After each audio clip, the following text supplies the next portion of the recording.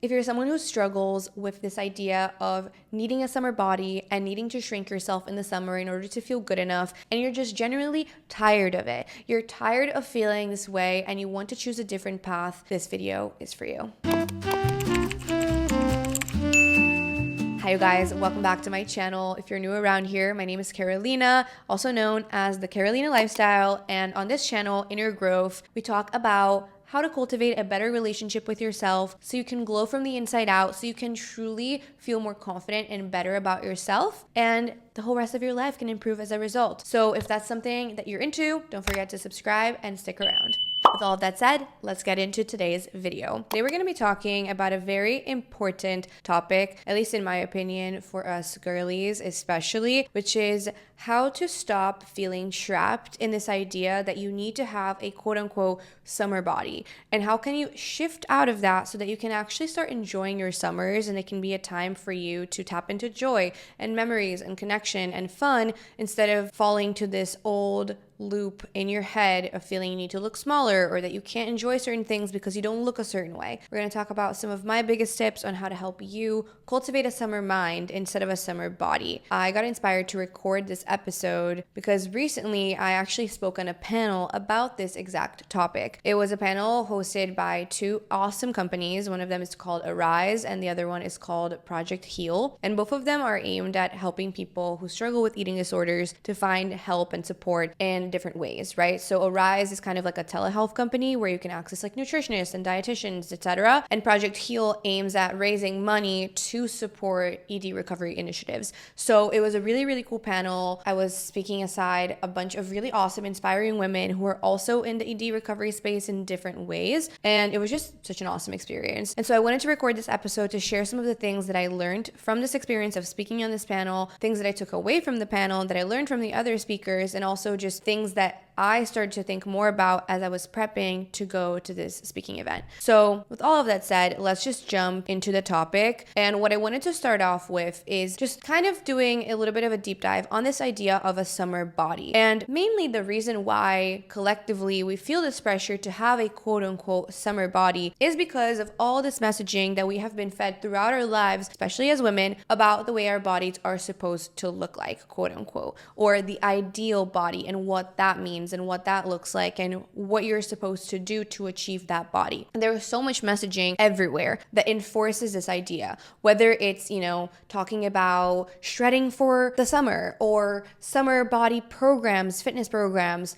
or, media and news outlets talking about celebrities and what their bodies are looking like in the summer or their weight loss, etc. So this just gets fed to us over and over and over by the media. It has been happening for years and years and years.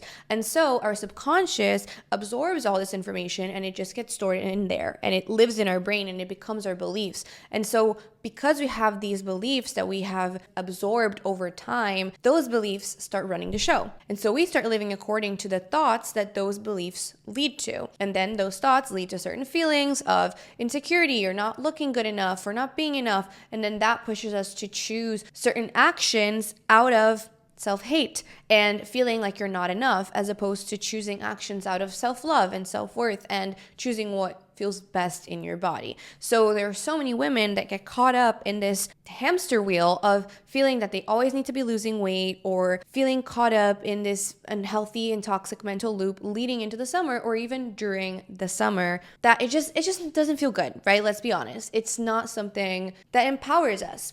And so it's really, really important to remember that a lot of these beliefs that we have are tied to the media that we consume. And that is one of the things in our lives that we have almost 100% control over. The things that you choose to watch, the things that you choose to listen to, the content you choose to engage with and watch from start to finish on social media, that is under your control. You can't control what your algorithm is going to show you, but you can control how you engage with what it does show you. And what you engage with, it shows you more of. So just remember that this is something that you have power over. And the more that you choose to watch content that enforces this idea of a quote unquote perfect summer body or needing to lose weight for the summer, etc., the more you're going to think you need to do these things. So being mindful of your media consumption goes really hand in hand with dismantling this idea of a summer body. And something that we talked a lot about on the panel is that for a few years, I want to say between like 2019 and maybe 2021, there was this rise in body positive content on the internet. And I loved it. It made me so happy to see people talking more openly about body love and about empowering people to love their bodies. But then over the last like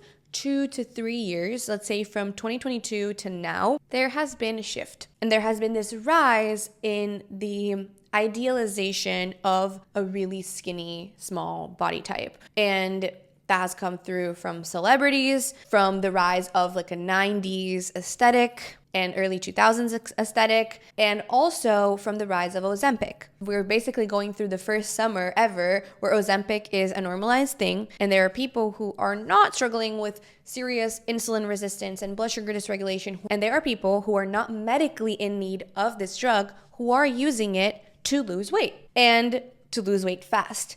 And for all the girls out there and women out there who spent years and years being like, oh my God, I wish there was a magic pill I could take that would cause me to lose weight. It exists now. And, there are side effects to taking this drug. There are negative things that can come out of it. It is not a magic pill, but it's presented kind of like one. And so it's the first summer where we are living with Ozempic as a more normalized thing, which can definitely be a little bit triggering. And then, as I said, there has been this new wave of content that I've been seeing on my feed about body transformations, about losing weight, about looking skinny. And there's a lot of like vocabulary that's being used around these topics way more than before. And even though it makes me sad to see this content start to rise again and to see people engage with it and to see people once again falling to this loop of, oh my God, this is what I want. How do you do it? What do I do to look skinny like you? Whatever. Even though it makes me sad to see that, it also makes me passionate to talk more about the things that I feel are important when it comes to helping women create a better relationship with their body and to create a more loving relationship with their body. So it's kind of a double-edged sword, but ultimately I hope to shift the conversation towards this idea that there are so many things that women have done over the years to look a certain way that genuinely are not bringing them joy, that are not the best for their mental health. And those are important aspects of your health. Your health is not just dictated by how you look or what your body looks like or how much you weigh. There are all these other things that affect how you feel, and your overall health is tied to your mental health, is tied to your social connections, it's tied to your sense of joy and creativity in your life, it's tied to a feeling of self-love. So it's important to consider all of that whenever you're choosing to make a lifestyle change or to think about summer. So if you think about all of this that I just said and how this ties into social media, a really important aspect of creating a summer mind and prioritizing your summer mind over a summer body is creating energetic boundaries with social media. Is being really real with yourself and asking yourself, is this account or is this content making me feel good? Or is it making me feel lack? Is it making me feel not good enough? Is it making me feel self-conscious? Is it making me feel bad about my body? Really getting real with yourself about that and being like, is this how you want to spend your time on social media? Is this the kind of content that you want to be feeding your subconscious mind with? And if it's not, use the mute button. Click the video and say, not interested. Don't show me more of this content. Teach your algorithm what you don't like and what you don't want to see. If you need to, you can unfollow and you can also block. Those are also tools that are available to you, and you should use them. You should use them. They're there for a reason. I definitely use them. My algorithm sometimes shows me a lot of triggering content I just don't want to see anymore. Content that I know literally caused old me to fall to disordered eating and to fall to a not good relationship with my body. So why would I fall back into that? So I really have started to use these tools, and I would encourage you to do it too. And something else that I think is really important around the topic of a summer mind is realizing that yes, summer can be a trigger. We are sweating more, we're wearing lighter clothing, we're showing off certain body parts a little bit more than we normally do throughout the rest of the year. And because we're wearing less clothing, we're going to the beach, we're wearing swimsuits, etc., those can be triggers. And so it's important to, one, acknowledge what your triggers are and honor that even if you are on a healing journey and you've come a really long way, it's okay to get triggered sometimes. Triggers will still pop up, but whenever a trigger does pop up, it's just an opportunity for you to decide how you want to show up. Who do you want to be? And to not let those triggers win, right? It's an opportunity for you to choose healing again. That's something that I wanted to reinforce, right? Is let's say you got invited to a beach day and everyone's gonna be in a swimsuit and you are feeling triggered by that. And that's causing you anxiety and that's causing you to feel caught up in your own head about the way you're gonna look, or is everyone gonna judge me, or is my stomach gonna be bloated, or whatever. These intrusive thoughts might pop up. And so if that's going on, ask yourself, okay, do I wanna go to this? Is it going to bring me joy? Is it a memory I want to make? And if the answer is yes, then focus on the things that you can control, right? If you need to wear a one piece, wear a one piece. If you want to just stay in your shorts all day, wear your shorts all day. No one is forcing you to be in a bikini. If you don't want to be, you don't have to wear one. But if you want to wear one, then make peace with your choice that you chose to wear a bikini, and then just let yourself enjoy the beach day, right? Let yourself actually enjoy it because it was a choice that you had control over. So choose to focus on what you can control. And then once you're there in the moment, in the experience, remember how fleeting it is, how short-lived it is, and just let yourself be happy. And choose to not give a to just enjoy it, to just be happy, and to say F it, to body standards and the ideal body type, and just to realize that your joy, your enjoyment, your fun, your memories, your connection, your moments and experiences during the summer that you are sharing with people you love, that's way more important than looking perfect, than being skinny, than having the best ideal body type. It's way more important. And the people who truly love you, the people who are truly your friends, they're not paying attention to that. Most people are not paying attention to that, and they're not judging your body in the same way that you are. And if they are, that says a lot more about them than about you. It might signal that they're also struggling with their own body. And maybe they're not the best people for you to surround yourself with. And that can be a tough realization, you know? But just like the content that you engage with, the people you surround yourself with also affects the beliefs that you have. So if you're around people that say a lot of things about their own body, about other people's bodies, who judge other people, realize that this type of issue, you know, with feeling that you need to look a certain way or have a certain body, it is so rampant and it affects so many women out there. And so there are certain people, certain women that have not chosen healing yet, that aren't out of this matrix and this idea that you need to look that way to be loved, to be perfect, to be accepted. And so as you choose to heal, you're probably going to face triggers in your relationships too, in the people in your family, maybe in your mom or your aunt or your grandma, someone who might make a comment about your body or someone else's body or their body. These things might happen, and that's outside of your control. How people are living their life, other people in general, what they say, what they think, if they judge you, that's outside of your control. So spending time worrying about that and hyperfixating on, are they going to judge me? That's only going to cause you stress, and it's only going to disempower you because it's something you literally cannot control. But what you can control is how you choose to talk to yourself, what you choose to consume on social media, what you choose to affirm, what you choose to tell yourself every single day, how you choose to nourish your body, how you choose to move your body, how much sleep you get, the songs you listen to, the friends you surround yourself with, the plans you commit to. All of these things are within your control. And so focus on those things.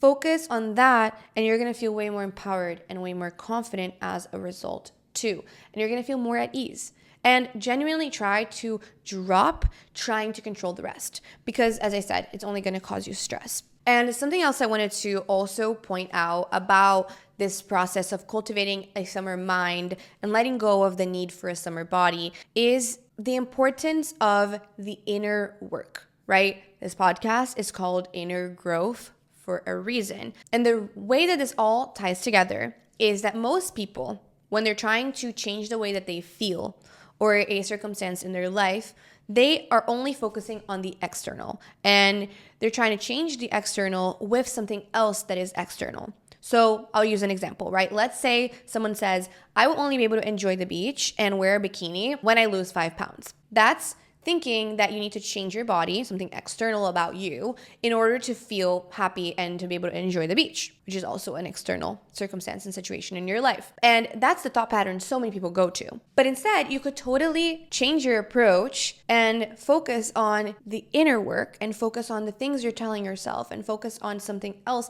within yourself. And by doing that, you will change your external experiences. For example, if you start doing an affirmation practice and saying positive things about yourself every single day and positive things about your life and really focusing on affirmations every single day for a month, 2 months, 3 months, however much time, as much time as possible, you're going to start to feel better.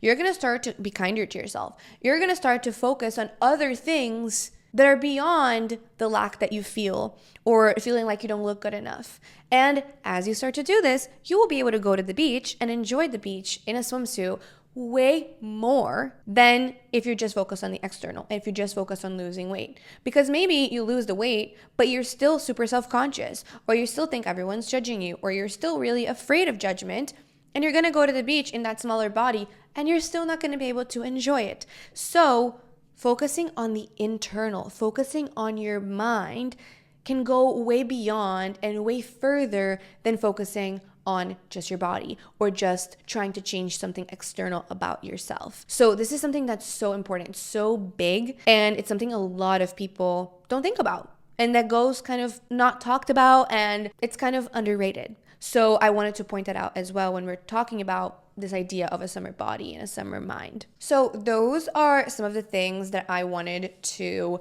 talk about today and leave you with when it comes to the summertime.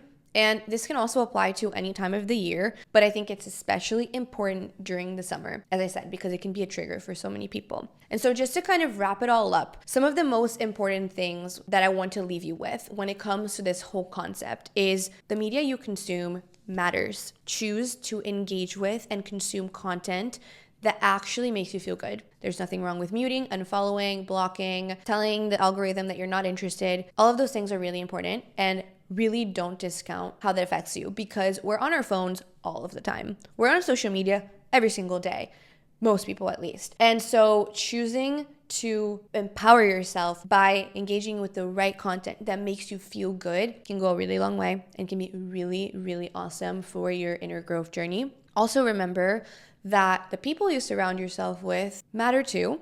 And yes, in an ideal world, you would surround yourself with a bunch of people who have a healed relationship with their body or who are healing their relationship with their body. That said, that is not always going to be the case. And there's going to be some people around you who might not have even started their healing journey and who might still be living in another mindset about their body. And this can especially apply to older generations. I've noticed this a lot, like with the moms and with people who are right now, let's say in their 50s and 60s. There's a lot of women in that age range that have not broken out of the matrix in this way.